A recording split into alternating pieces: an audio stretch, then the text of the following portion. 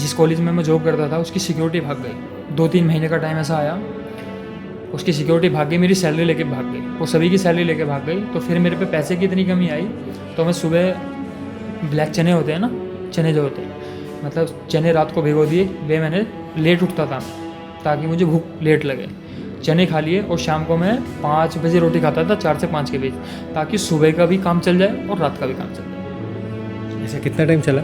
ऐसा चला, ऐसे 3 से 4 महीने। तो वहाँ से तुम आज इस सिचुएशन में आए हो, राइट? उसके बाद फिर मैं भाई के पास आया, भाई ने खिलाया, मिस्टर हरियाणा, मिस्टर दिल्ली, दोनों टाइटल्स।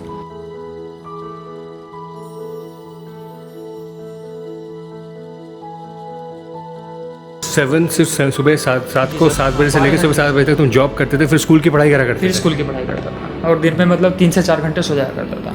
मतलब जैसे शाम के टाइम कॉलेज से आया, कॉलेज से आने के बाद फिर मैं 4-1 घंटे के आसपास सो जाया करता था। इतनी स्ट्रगल भरी लाइफ, तो फिर तुमने पढ़ाई पूरी कर ली, 12th पूरी कर ली, फिर 12th पूरी कर दी। फिर एक कस्बे से मैं मेरठ सिटी शिफ्ट हुआ क्योंकि ग्रेजुएशन करनी थी, आगे जाना था, गाइडेंस कोई नहीं था, पैसे की नीड थी, लाइफ में आगे जाना था। और आने के साथ तो हमारे वहाँ पे वो पढ़ता, मेरठ कॉलेज मेरठ पढ़ता है, मैंने उसमें बीएससी में एडमिशन लिया, बीएससी फर्स्ट ईयर में। अब कस्बे से सिटी में आए हैं तो वहाँ पे और भी ज़्यादा पैसे की नीड है, पैसे के जो सोर्सेज हैं वो बिल्कुल ख़त्म हो गए। जॉब करता था वहाँ पे, तो वहाँ से समथिंग 35 से 40 किलोमीटर पड़ जाता है जहाँ पे मैं जॉब करता। अब या तो मैं पढ़ाई कर सकता था या जॉब कर सकता था। तो अब हमारे जो सीनियर थे वो, मैं वहीं पे हॉस्टल में रहने लगा। मैंने अपने सीनियर से बोला कि मैंने उन्हें अपनी कंडीशन बताई कि सर मेरी ये ऐसे ऐसे कंडीशन है। कंडीशन बताने के बाद उन्होंने कहा कि चल मैं कहीं बात करता हूँ, तो उन्होंने उनकी कोठी में मेरी जॉब लगवा दी। कौन सी जॉब? गार्ड की जॉब सर। वहाँ भी गार्ड की जॉब? वहाँ भी गार्ड की जॉब मिलती थी। तो वहाँ पे मतलब जो भी उनके वहाँ पे आना होता था 10 से 11 बजे तक आ जाता था। तो उनका जो केबिन बना होता है गार्ड का, तो मैं उसमें बैठ के पढ़ता था फिर रात को। पोटा कैबिन जिसको कहते हैं? हाँ, पोटा कैबिन, मतलब जिसमें गार्ड बैठा रहता है। तो उसमें क्योंकि बस गेट खोलना होता है, कोई 2 घंटे में आता है, कोई 4 घंटे में आता है, तो मैं उसमें पढ़ता था। और जैसे ही कोई आता था मैं गेट खोल देता था। और वे भी मुझे इतना सपोर्ट करते थे, वे भी ये नहीं कहते थे, वे भी कहते थे कि पढ़ रहा है पढ़ने दो, मतलब मुझे भी डिस्टर्ब नहीं करते थे। वहाँ से मैंने बीएससी फर्स्ट ईयर किया, सेकंड ईयर किया, अब मैं आ गया हूँ बीएससी फाइनल में। जैसे मैं बीएससी फाइनल में आया तो एक दोस्त हैं, उन्होंने मेरे से कहा कि जब मेरे बहुत अच्छे मार्क्स आते थे क्योंकि मेहनत करता था, मुझे टाइम की वैल्यू पता था कि तेरे साथ क्या टाइम चल रहा है और तू ऐसे नहीं रहेगा कभी।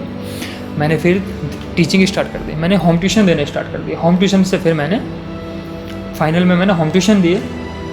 होम ट्यूशन देने के बाद बीएससी फाइनल हुआ, तो जैसे ही मैं एमएससी में आया फिर मैंने बीएससी 10th और 12th के बच्चे पढ़ाने स्टार्ट कर दिए। बीएससी के बाद तुमने एमएससी भी करनी शुरू कर दी? हाँ, एमएससी फर्स्ट ईयर में एडमिशन ले लिया मैंने, और जो बीएससी और 10th और 12th के बच्चे मैंने पढ़ाने स्टार्ट कर दिए।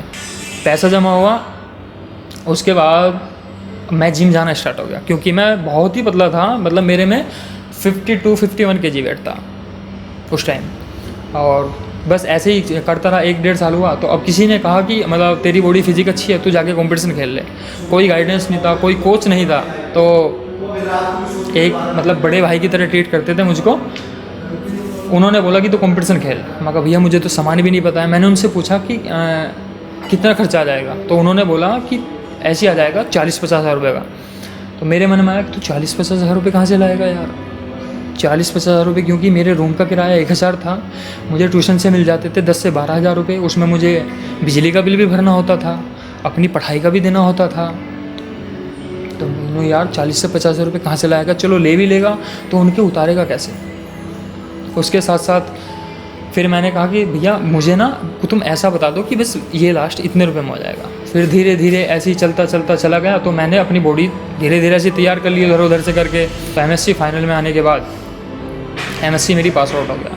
फिर मैंने वहीं पे ट्रेनर की जॉब स्टार्ट कर दी। एक छोटा सा जिम था सर। तुम्हें अगर बॉडी बिल्डिंग ही करनी थी तो तुमने एमएससी क्यों करी यार? उस टाइम में मेरे पास कोई इनकम सोर्स नहीं था ना। एमएससी इसलिए की कि मेरी भी पढ़ाई चलती रहेगी और मेरे साथ इनकम सोर्स भी जुड़ जाएगा। मतलब ट्यूशन वगैरह? ट्यूशन कहीं से पैसे की नीड, पैसे की तो नींव रखनी थी ना कहीं से, कि कहीं से तो पैसा है। अगर मैं डायरेक्टली बॉडी बिल्डिंग करता 51 kg 52 kg को कौन ट्रेनर रखेगा? तो मुझे पैसे की तो कहीं से ना कहीं से नींव रखनी थी।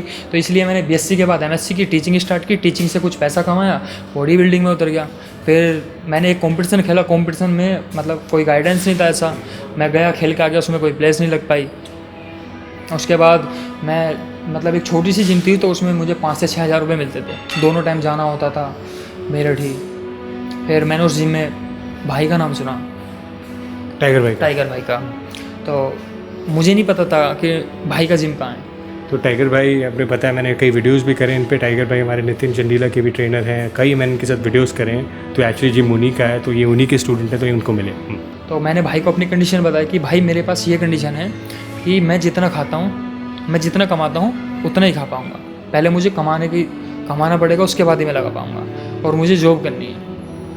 मैं भाई के पास आया, भाई ने मेरी कंडीशन देखी और बोल दिया कि कोई प्रॉब्लम नहीं है, अगर पैसे अब भी नहीं है और तू अभी रुकना चाहता है तो अभी रुक जा। मैं भाई के पास आया था 63 kg, और मेरे भाई के पास वेट हो गया मेरे में 91 kg। अब मुझे बताओ, ये तो तुम्हारा सब सही चल रहा था, सब राइट, कंपटीशन है। अब लॉकडाउन के बाद क्या सिचुएशन चल रही है? जैसे लॉकडाउन हो जाता है, अब लॉकडाउन जो है बिल्कुल कमर तोड़ देता है। कमर तो पहले ही टूटी हुई है। तो मैं एक दिन इतना इमोशनल हुआ मैं भाई के पास आया, क्योंकि मेरी लाइफ जो है वो शुरू से ही बड़ी स्ट्रगलफुल रही। मैं शुरू से ही संघर्ष करता आ रहा हूँ। अब मैं बहुत इमोशनल होने लगा भाई के पास कि भाई क्या हमारे साथ ऐसे होगा। सब कुछ अच्छा चल रहा था, 2 जगह से सैलरी आने लगी नॉर्मली। मैंने बोला कि हाँ भाई अब तो थोड़ी राहत है। भाई तुम दिल्ली में रह रहे हो, यहाँ का रेंट इतना है, फिर बिजली का बिल भी आ रहा है, अपना खाने का खर्चा इतना है, बहुत ज़्यादा। अब 1 महीना बीत गया ऐसे ही। मैं भाई के पास आया, भाई ने हेल्प कर दी, 2 महीने बीत गए। मैं दिल्ली में आज भी इसीलिए रुका हुआ हूँ क्योंकि ऐसे लगता था लॉकडाउन में, ऐसा लगता था कि अब नेक्स्ट वाला जो लॉकडाउन होगा, अब आगे लॉकडाउन नहीं लगेगा और लॉकडाउन भी लगेगा तो उसमें जिम खुल जाएगी। थोड़ा थोड़ा करके बढ़ाया इन्होंने, जैसे 14 दिन का बढ़ा दिया, 17 दिन का बढ़ा दिया, इस तरह से। तो न्यूज़ वाले भी दिखा देते हैं कि इसमें जिम खुलने की उम्मीद है, जिम खुलने की उम्मीद है। ऐसे बीतते बीतते 4 महीने बीत गए। फिर मैंने सोचा पैसे की बहुत ज़्यादा प्रॉब्लम होने लगी। पहला तो पैसा कोई है नहीं, फैमिली बैकग्राउंड से मैं पैसे लेता नहीं है। फैमिली बैकग्राउंड ऐसा नहीं है, किसान फैमिली से हैं। तो उसके बाद फिर मैं भाई के पास आया, बहुत ही इमोशनल हो रहा था। इमोशनल होने वाली बात भी, अगर मैं किसी से पैसे भी लूँ और कल को मेरी जॉब चले ना चले, क्योंकि सिचुएशन ये हो रही है जिस जिम में 4 ट्रेनर हैं, क्लाइंट है नहीं अभी, तो अब पता नहीं कब खुले, अभी तो ये भी नहीं पता। मतलब बहुत ही बुरी बीती हुई है। तो अभी क्या सिचुएशन है तुम्हारे? अभी तुम्हारा कैसे खर्चा चल रहा है, क्या हो रहा है अभी? मेरे पास एक होम पीटी है सर, वो मुझे 8,000 रुपये महीने के देती है। अब मेरा उसी में होता है सब कुछ। मैंने रेंट भी रोक रखा है। मैं ये सोच रहा हूँ कि आगे चल के रेंट देगा। मैंने जिससे अभी पैसे उधारी लिए हैं लॉकडाउन में, तो उसके पैसे उतारेगा, क्या करेगा सैलरी? 8,000 रुपये में सभी चीज़ होता है, खाना भी होता है। अब तुम्हें पता है 8,000 रुपये में दिल्ली में क्या कर सकता है। तो तुम्हारी मानसिक स्थिति क्या चल रही है, क्या दिमाग में चल रहा है? डिप्रेशन में तो है ही सर माइंड, क्या करेंगे? तो मुझे बता रहे तुम हॉस्पिटलाइज भी हो गए थे अभी? तो हाँ, अभी पीछे मतलब मैं इसीलिए अब हॉस्पिटलाइज तो ये हो गया। अब टेंशन इतनी हो रही है कि मतलब कब तक काम नहीं खुलेगा, कब तक हमारी लाइफ कैसे संघर्ष में जाती रहेगी। मेरी नहीं, आज के मतलब जिम में जितने भी ट्रेनर्स हैं, ज़्यादातर 90% लोगों की यही हालत हो रही है। उसमें टेंशन इतनी हो रही है। अब क्या करोगे? अब 8,000 रुपये में तुम क्या करोगे? किसके पैसे दोगे? तुमने मतलब कॉम्पिटिशन में भी पैसा लगाया है, सभी चीज़ें देखी हैं, कैसे करोगे बताओ? अभी मैंने इंटरव्यू करने स्टार्ट करें बिकॉज इस टाइम ट्रेनर्स को बहुत ज़रूरत है एक सपोर्ट की, ताकि हम कुछ भी, आप जैसे लोग जो इस वीडियो को देख रहे हैं, इनको सपोर्ट कर सकें और इनसे ढेर सारी नॉलेज ले सकें और आगे ग्रो कर सकें। तो आई एम श्योर आपको इस वीडियो से काफ़ी कुछ एक सीखने को मिला होगा कि हालात कभी भी किसी के साथ कभी भी हो जाते हैं, बट हम सबको आगे बढ़ के उनको सपोर्ट करने की ज़रूरत है। थैंक यू सो मच भाई बात करने के लिए। तो आई एम श्योर आपको भी इनसे इतनी इंस्पिरेशन मिली होगी। वो इंस्पिरेशन की अगर आपको पढ़ना है तो पढ़ने के लिए एक चौकीदार का कैबिन भी काफ़ी होता है, उसके लिए एक बड़ा रूम नहीं चाहिए होता। अगर आपको बॉडी बिल्डिंग करनी है तो उसके लिए आप छोटी सी जॉब करके भी बॉडी बिल्डर बन सकते हैं।